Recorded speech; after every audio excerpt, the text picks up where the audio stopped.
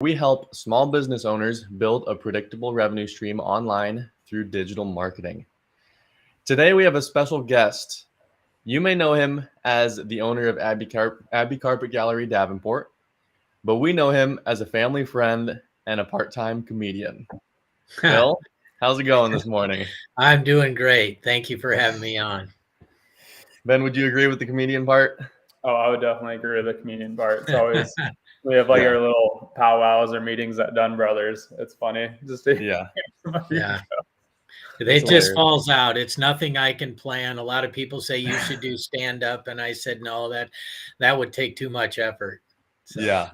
Oh, you'd be good at it for sure. But today we're just gonna kind of talk about you getting into Abbey Carpet Gallery, and maybe even before, kind of how you started getting into entrepreneurship, and then some of the things you've learned in like trying to grow a successful business. So, Bill, first of all, let's just go back to not the beginning, but like before you were like an owner of Abbey Carpet Gallery, and before you even were into entrepreneurship, what kind of started to get your mind spinning about owning a business?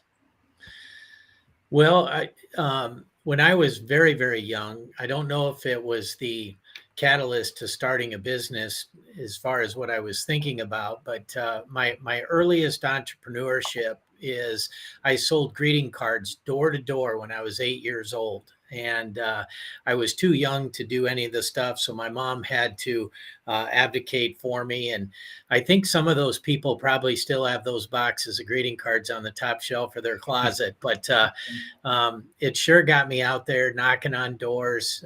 I wasn't raising funds for, any charity other than myself. I was just trying to peddle, so to speak. And I did so well that they couldn't pay me, but I was able to pick out things out of a service merchandise catalog, and I could get a bike or a tent or, whatever. That was my compensation. Yeah. But it taught me early on that, I like doing it, not because I like knocking on doors, but it was great to meet everybody in my neighborhood. And everybody in my neighborhood knew who I was because of that early deal, and that parlayed into mowing lawns. I mowed my own lawn. I was very particular about how good it looked, and was able to gain some jobs from neighbors and make a little extra money as well. And I tell you, that's what's addictive. You start getting that money, and all of a sudden, man, all I got to do is more. And that was the start. Yeah, you were talking about getting to know everybody in your neighborhood. Was that just kind of like born into you, like innately, just to feel like you wanted to get to know people and meet people? Is that your personality? I think it had to be, Braden, because my sister and my younger sister and my older brother were the opposite of me. They were very introverted. We grew up in the same household. We had the same parents and everything else. I was just very social. And the other part of that was I was more social with people much older than I was, my mom's friends or what have you. So how valuable do you think that was, like as an experience, kind of talking with, as you're a kid, like 8, 10 years old, wherever you were, but talking with adults about essentially like, hey, can I mow your lawn? How beneficial was that for you, kind of to where you're at now? Well, you don't have if you don't ask. And at that time, I didn't know enough to know enough. And I thought if I want to mow their lawn, I simply have to ask them to mow their lawn. I could only, I couldn't mow mine 10 times a week, but I could mow 10 people's once a week. And so that's what made that happen, duplicated. Yeah. And how old were you about around this lawn mowing time? I would have been 11, 12. 13. Yep. 13 is when I got my first commercial gig. I started mowing the lawn for a local floor covering store because I knew the family and the owners, plus my older brother, had the job first. And he complained that weather was too hot, the bees were biting, the lawnmower didn't start, all that. My mom threw me in her wood paneled station wagon and hauled me over there, and I started mowing the lawn, and I thought it was a piece of cake. And back in 1979, 1980, I could mow that lawn and spend a couple hours and get paid $25, and and then go sit under a tree at the Steak and Shake next door and have a Tacoma sack and some fries and a shake, and Dang. I was in hog heaven. That's awesome. That sounds so nostalgic. Oh Yeah. man, that I sounds remember like it like it was yesterday. sounds I like bet. Tom Sawyer sitting under a tree with his Yep. the fruits of his labor. Well, I whitewashed almost that entire building after I, was old enough. I was 14, and Yeah. I moved into the warehouse, and I could do odds and ends before I took a regular W-2 job in the warehouse at 15, and Yeah. have been there ever since. So I guess the question would be just kind of like, what would you like recommend to like parents or as like kids are growing up? Because obviously you were very active with, going out asking people to mow their lawn, etc. What would you recommend to them to help like encourage their kids to try those things? Well, it sure is a different world today, isn't it? I didn't have a cell phone distraction back then. I didn't have a lot of those distractions. You were, we used to play with a cardboard box and roll down a hill or whatever the case may be. Mhm. But the thing that, and I've got to admit that I probably failed a little bit in that with my kids, because as parents, we want, I'm an empty nester now, but as a parent, we want to do everything for our kids that we never had. And sometimes we literally cripple them by doing that. Mhm. I would certainly recommend to get them involved in things. One, expose them to all the things, people that don't have as much as you have to give you a perspective, people that have much more than you have to give you a goal. And asking your kids to help you do things, whether it's teaching them to hand you a wrench while you're fixing the car, or mowing the lawn, and not get upset when the lines are crooked. Maybe they just do part of it, or having chores. I think, for my kids, they had some chores, but not to the extent that I did. And then I was out of the house pretty quickly doing other things. But it's just so critically important. And obviously, kids don't realize that when they're young. We just want to play and be free spirited and do all of those things. Many Mhm. of my friends growing up, one of my best friends didn't have a job till he was out of college. I mean, he helped mow his dad's farm and stuff, but never had to have a job. And I could not relate to that. And it's, but he turned out great. He's got a very successful career, and everything went fine. But the things I learned in those very early years about work ethic, about showing up, about committing to what, if I said I was going to get your lawn mowed on Tuesday, I was going to get it mowed on Tuesday, or whatever the case may be.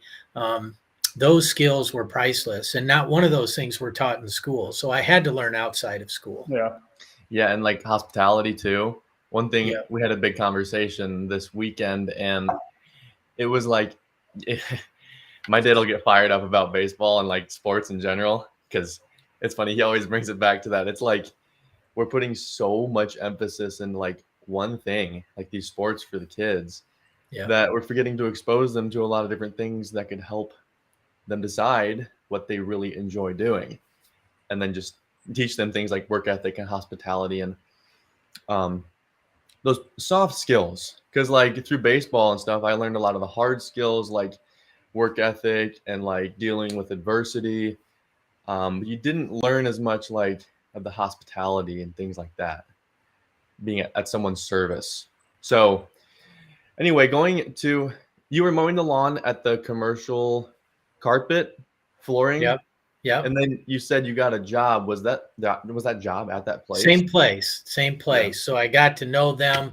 I wasn't old enough yet to work, as a W-2 employee in the warehouse. And then as soon as I went in there, and I did everything from, with the Tom Sawyer reference, whitewashing the building. I painted the entire building 5 different times. And then working in the warehouse, cutting carpet, getting jobs ready, keeping things clean, all the things that, the maintenance of the store. And I did that all the way up until I left for college. And where did you go to college? I went to the University of Iowa. Okay. And What'd you study? studied business and political science. Political science quickly became kind of a joke, but I had some political people in my distant family, and that was kind of the catalyst for that. And I was very disappointed at the things I learned about politics, and so I was out of that. And then picked up art as well, because it catered to the creative side of my head. And and For sure. came back from the University of Iowa and got right back into floor covering. So that was an expensive time to grow up a little bit, I guess, or get older, depending upon who you talk to. And that was my entrance into the professional sales side and then management. And I've been in that, with the exception of a 1-year hiccup where I tried to get into the insurance financial planning sales, but I was much too young. Didn't have any credibility, and went back to the floor covering, and I've been there ever since. So when you left Iowa, did you go back to the same store before college that you were working at? I went back to the same franchise, but a different store, a different location. Yeah. Gotcha. And I have a few questions. Number one is, like, when you went to college, did you have any kind of a vision, or were you just going because it was like the right thing to do in your mind or your parents' mind, or what was the thought process? Yep. I would say, like a lot of people, when you ask them, what's your major? I haven't declared yet. I have no idea what I want to do. And that's kind of what it was. I got a job, immediately when I got up there. So all it was finding work in a different place. And I worked in a retail store, J.C. Penney at the time, up in Iowa City, and really enjoyed that because it helped me to foster some more sales skills, and especially in the professional side. You mentioned hospitality, I think is incredibly important. Hospitality is not about how you feel, it's how you make other people feel. And I learned some good things about myself and how to treat others and so forth. And then I was a bartender, waiter and bartender at Our River Power Company back then, before Dram Shop and everything else. And it was pretty chaotic, but it was a mighty fine experience, and had a lot of fun. And so those two things to learn while I was in college, I came back. And that whole time I was not following a trend, Braden, as far as, I want to do this and this and this. I was just kind of taking classes and learning and meeting people. Some of those relationships of which I still have today, which I consider my greatest gift. Yeah. Yeah. I know a lot of young kids are struggling with this dilemma of college versus no college. And a lot of the older generation, although they kind of push like college is the way to go, it's the only way. In their time, it was a lot more casual of a thing. Like, you didn't need a college degree, and you still don't need it today, but it's become kind of like a stigma that you do. And if you don't go to college, then you're going to be screwed, when that is not the case. But how did you start to get into Abbey Carpet Gallery, and what time was that about? So Abbey Carpet Gallery, I joined the store in 1994. I left my current position to try insurance, went back to that, and then it was just different, and I had to leave and get out and try to figure out what I was doing. Found out that there was a position available at Abbey, went and sat down with the owner, and his main installer, who is not today my partner, he and I worked together at that warehouse years before. And so there was a natural connection, and started working there in sales, and quickly became the manager, sales manager, store manager, what have you. learned an awful lot. I learned it in a different way because there was a lot more responsibility and freedom given to me to be able to grow it as though it were my own. And that was a tipping point for me, because it helped me to look ahead and say, you know what, someday, hopefully this will be mine. And so I started treating it as though that were going to be true long before it ever happened. So is that something like through conversations with the owner that he kind of helped set that foundation or that kind of vision or belief goal within you? Or is that just something that kind of just came within you? I would say, Ben, that it was something that I kept to myself. It's not something I'm trying a hostile takeover right out of the gate, but we had a tremendous relationship, still do today.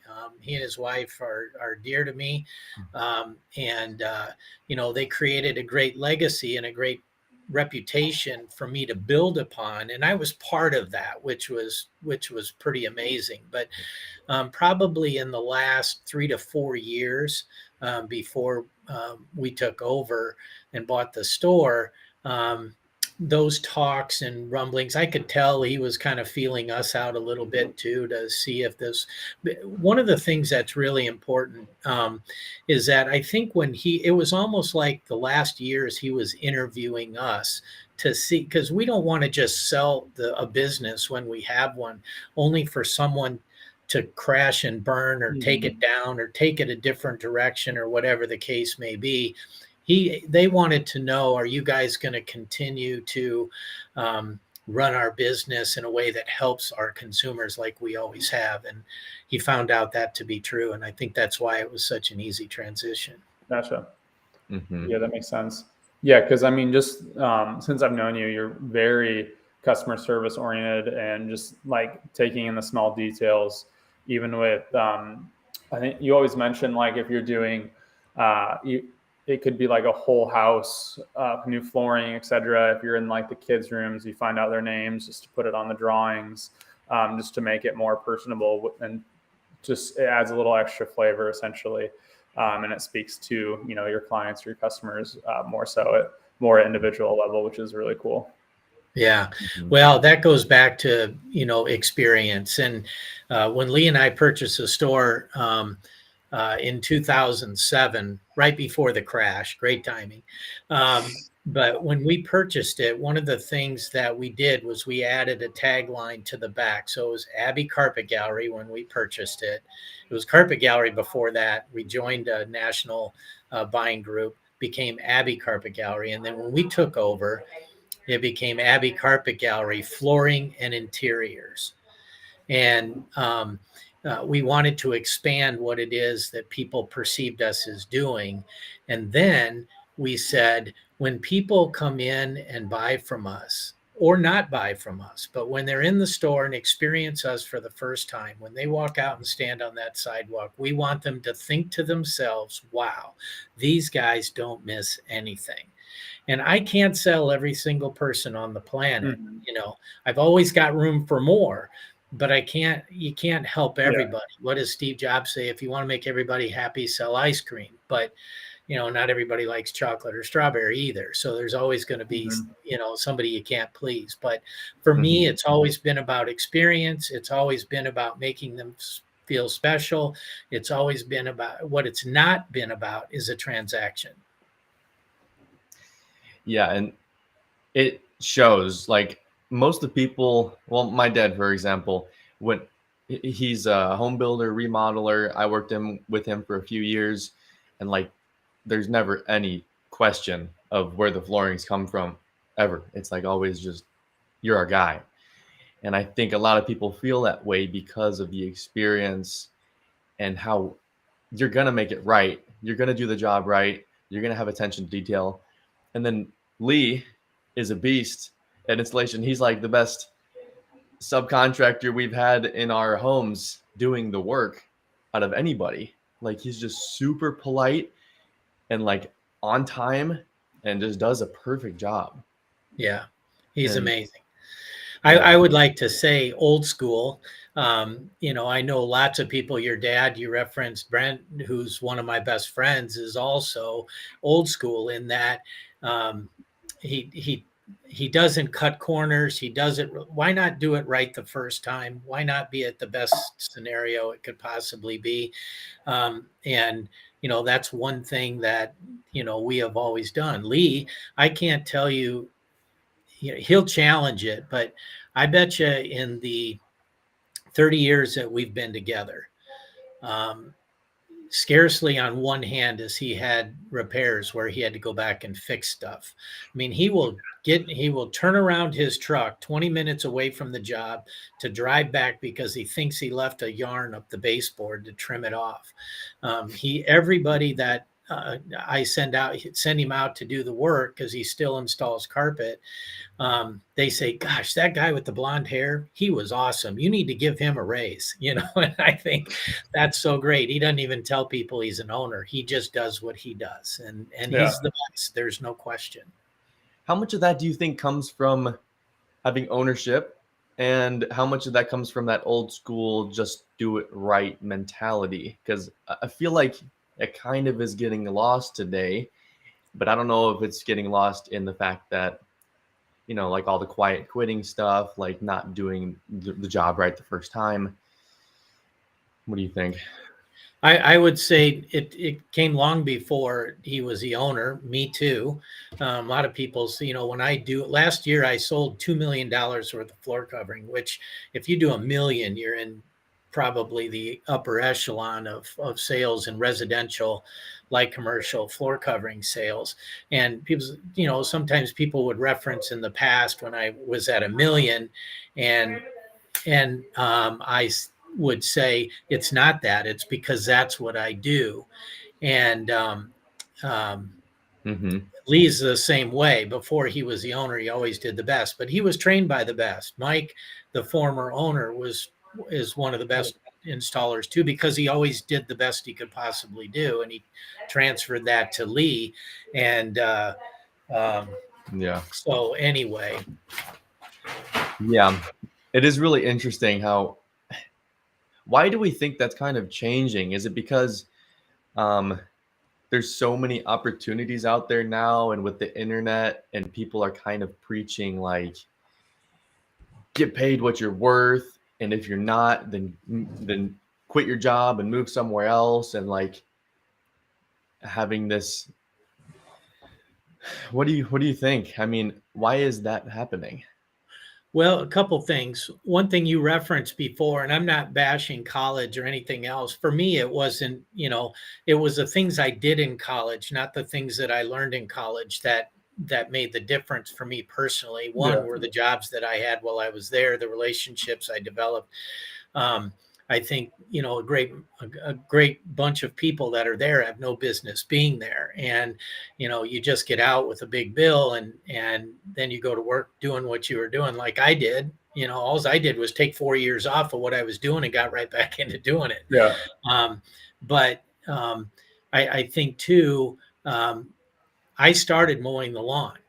I worked in the warehouse for $3.55 an hour. So bartended for $2.01 an hour plus tips, which is my first commission job, as it were. I had a base plus commission, and the commission means when I do my job, commissions in form of tips come to me, and that was my motivation.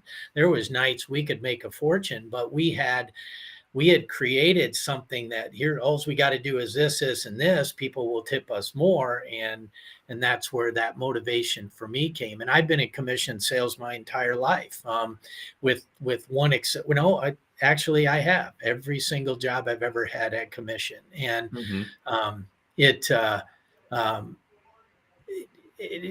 for me personally, it was really important. Now, if my doctor didn't go to college, I'd be a little worried. If the scientist down the street didn't go to college, I'd be a little worried.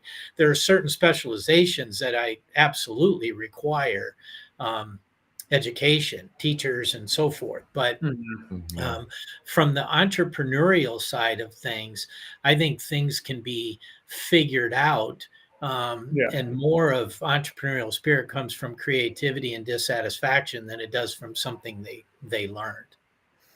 Yeah, for sure. I mean, I think a couple of like the biggest things when I got out of college, one, I was like overwhelmed with this amount of opportunity that there is in this world, and understanding like to pick one of what you want to do essentially, just because there's, you know, a billion ways you can make a lot of money, or there's a billion things that you could do that could bring you happiness or whatever.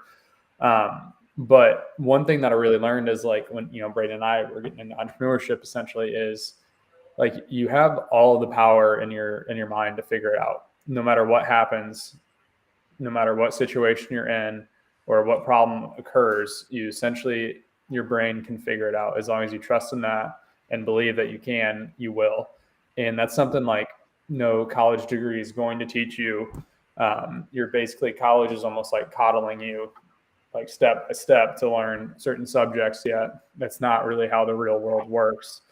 It's kind of, it can be cutthroat, very much so. So understanding, I mean, I assume kind of from what you're saying, like, would you like agree, like you have this inner desire or realization maybe, or belief in yourself that you know, you're going to figure out like every situation, no matter what kind of comes up?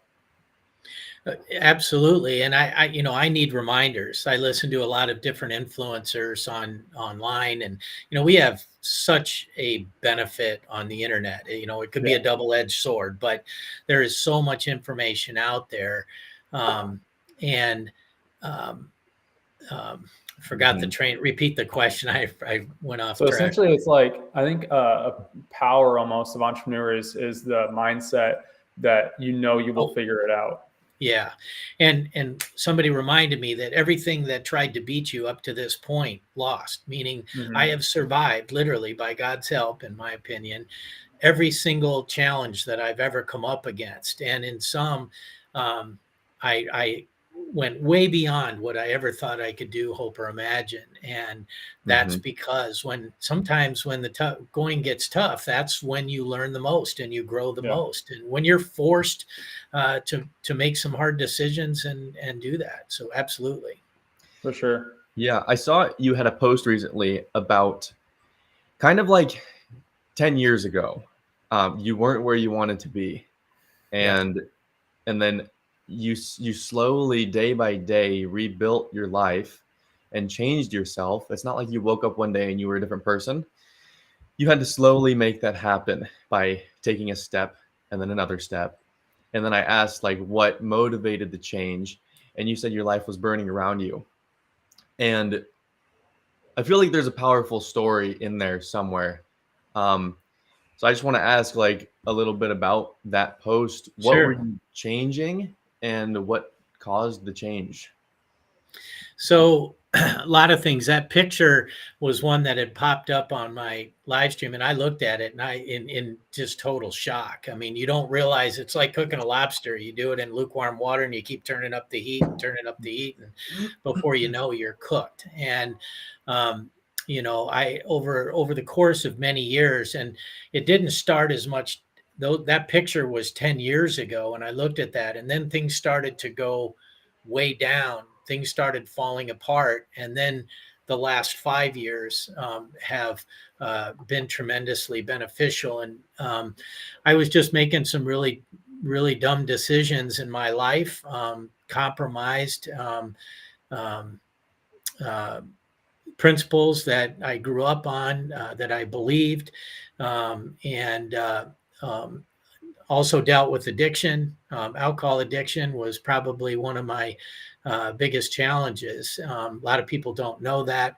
I was really good at hiding it, lived a double life, but found out, and my father drank himself to death at age 49. And apparently I must have looked at that at some point and said, wow, that looks like a really good idea. And of course it wasn't, but I continued to live my life that way. Well, it took some pretty harsh things happening in my life for me to realize that something needed to be done. And there was I was functional. I still, ran my business, clearly not the way that it probably should have been and could have been done a lot better.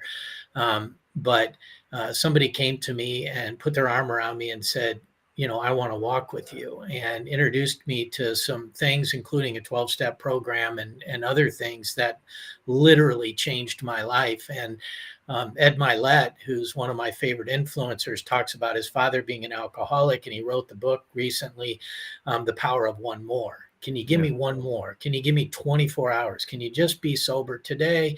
Can you just give me one more rep? Can you do whatever? And he said, you need to be sober today. And I knew I could do that. Certainly didn't think I was an alcoholic by any stretch, but after listening to other people talk, he said, listen to the similarities, not the differences. I listened to those similarities, and I knew beyond a shadow of a doubt that I had that challenge, and I needed to do something about it. And I started doing it one day at a time. And those principles have carried over into every single nook and cranny of my life. And it's helped me to realize that even though some of the tasks before me are absolutely insurmountable, they are overcomable. And in 2019, I got rid of my last salesperson. It was me, and I had just hired a full-time assistant and an office manager, and of course, Lee, my partner. I was accepting unacceptable behavior for way too long. And I called my wife and I said, this is my worst nightmare come true. I'm all by myself. And here we go. And lo and behold, January and February are 2 best months in the history of the store. I was working 7 to 9, measuring in the morning, 9 to 5 in the store, measuring 5 to 8 at night on my way home, and sitting at the dining room table till midnight doing paperwork every single night for 14 months. And, I did that because I had to. In March, COVID hit. And I thought, oh boy, here we go, and I thought nobody would blame me now for going out of business. Who would? Everybody's going out of business. But I hunkered down and we kept going. And that 2020 was one of the top 10 years in 30 years. And the following year, which still 2021, our fiscal year, was my second best year ever, only to be compared with when we had 4 salespeople plus me, 21 employees total. And that taught me some very important things. One, I don't ever want to do that again because it was a lot of hard work. It about killed me, but it's like learning how to ski on the Black Diamond Hill. You get to be a good skier pretty darn quickly. And, now I can build from a position of knowing and teaching people what they can do, and instead of hoping. And it was just a great experience for me to do that. But all that stemmed from, I believe, going through what I went through in my life and rebuilding. I lost 45 pounds. My health is regained. I was type 2 diabetic. My sugars were off the charts. All my biomarkers of aging were terrible. You could just see in that picture, I didn't look like the same person. And, it's amazing when we change. It's not what needs to be changed in the world. It's what needs to be changed in me. And that was the catalyst. Yeah, I think that's a really good point too, just for people to kind of like really understand it's not as much, like you said, like what needs to be changed in the world, because it doesn't start there. It always starts in us and then transfers one person at a time, essentially. Right, through those, like that buddy who put their arm around you and just showed you those steps. Essentially, it's through those things that really change. So I guess, like, what advice would you have for people? Maybe it's same situation where you were 10 years ago, or or not, or just going through a hard time, for taking that first step to just get through today, type thing. Wow. Loaded question. So many different things. My faith in God and Jesus is paramount. And even though my life didn't show that for many different seasons, it's always been there. And through the hardest times, who else could I possibly lean on? Then, one of the things that I had built over the years was a pretty good structure of really good friends, dear friends that were willing to walk with me through all of that hard time.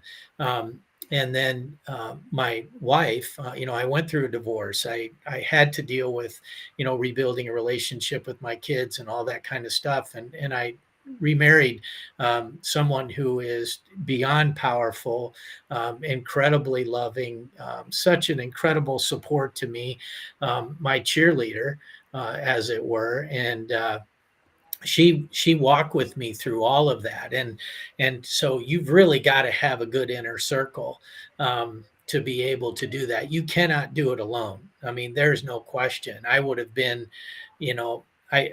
I'm not sure if I'd have been here if I'd have tried to do it my own. I just being honest. Mm-hmm. And so nurturing those relationships and creating good relationships, and sadly getting rid of poor relationships because those drag you down and suck the life out of you, or maybe you just don't match. But whether somebody's dealing with addiction or somebody's dealing with challenges in their life or broken marriages and relationships or deaths in the family, whatever, when somebody says you need therapy, that doesn't mean you have to lay on a couch and talk to a shrink. Therapy means you need to talk to somebody. And in my 12-step program, there was a process of going through an inventory of my life. And the biggest benefit that I learned out of that whole process is I became armed with information about myself. I know my limitations. I know what I can do. I know my creative side. I know my character defects so that I can work on those constantly. I have a sponsor. I sponsor other people. I have to call somebody or talk to my wife or other men in my life that can coach me and give me good guidance, because there's only so much I can see from up here in my head. I don't have perspective to see the other way. So absolutely surround yourself with a mastermind group, as you hear it said in the business world a lot, but that can be done on a personal level as well. Mm-hmm.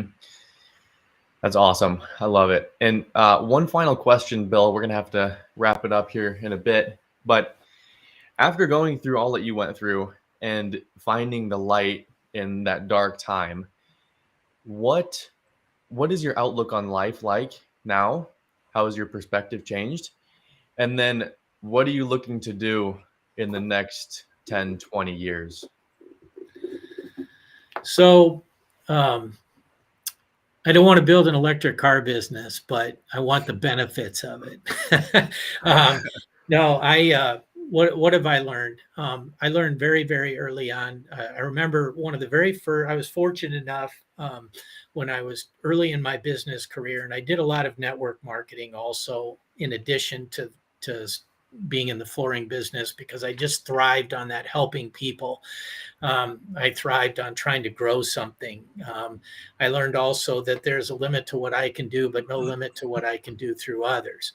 I think it was Zig Ziglar who said, if you help enough other people get what they want, you'll always get what you want. And those are things I've known all my life and just never had an application for it completely until today. And so for the last 3-4 years, I do a lot of posts every day on social media all over the place with 100% focus on encouraging others, because I never know who needs to see it. I just know that everybody is dealing with something. It may not be my stuff, but it's their stuff. And if I can pat them on the back, if I can encourage them, I've sat down and had coffee with people that I could tell online were struggling, and I'd reach out to them and say, let's go have a coffee. You just need to talk to somebody, trust me, and develop relationships that way. But I continue to do that. What I see down the road, I'd love to be a speaker of some sort, a mentor, or take the things. Ed Milet said on his show, there is no one more qualified or capable of helping somebody that you used to be than you. And Right. so when people are going through the very things that I go through, I have an opportunity to help them. It's like a priest giving marriage counseling. He's never been married. Yeah, he could probably pass that information on from book or past experience, but never personal experience. And I believe that my experience, strength, and hope is what is the most to help other people. And what I see in the next 10 to 20 years, I thought when I hit 56, which is how late I am now, that, gosh, I don't think I'll live that long. But, now it's just halfway home, right? We're living much longer. And I've got a whole career ahead of me, a whole new bunch of things to do in the internet, and what you guys are doing, and being influencers and everything else is probably what's tugging on my heartstrings the most. It's trying to figure out how to do that. I want to continue to build my flooring business, and someday, obviously, I'll sell that. But I want to give somebody else the opportunity to move in that place and start to build it like I did, and teach them everything I know, like Willy Wonka. And that's just a little bit about what I see out in the future. That's amazing. I love that last part about like, you're halfway, like we're living so much longer. Like it's no more just calling it quits when you get to like your 50s. And yeah, I mean, we're going to live past 100, and you got so much left to do. So yeah, that was amazing. We really appreciate you sharing your story with us. And like you said, people want to just see themselves in you. People who are struggling want to see the person who's made it out and become successful and found the light. They want to see themselves in you, so they know that there's hope. Like they can do it. They just have to go one step at a time. That's right. And we will definitely have you on again to talk more about business, more about some of that brand influencer stuff you started to touch on at the end. But for now, that's all we got. So I really appreciate you coming on, though, and sharing your story, Bill. Happy to. Thanks for having me. It was a lot of fun. Have a great day. Thanks. All right. We'll see you guys. All right.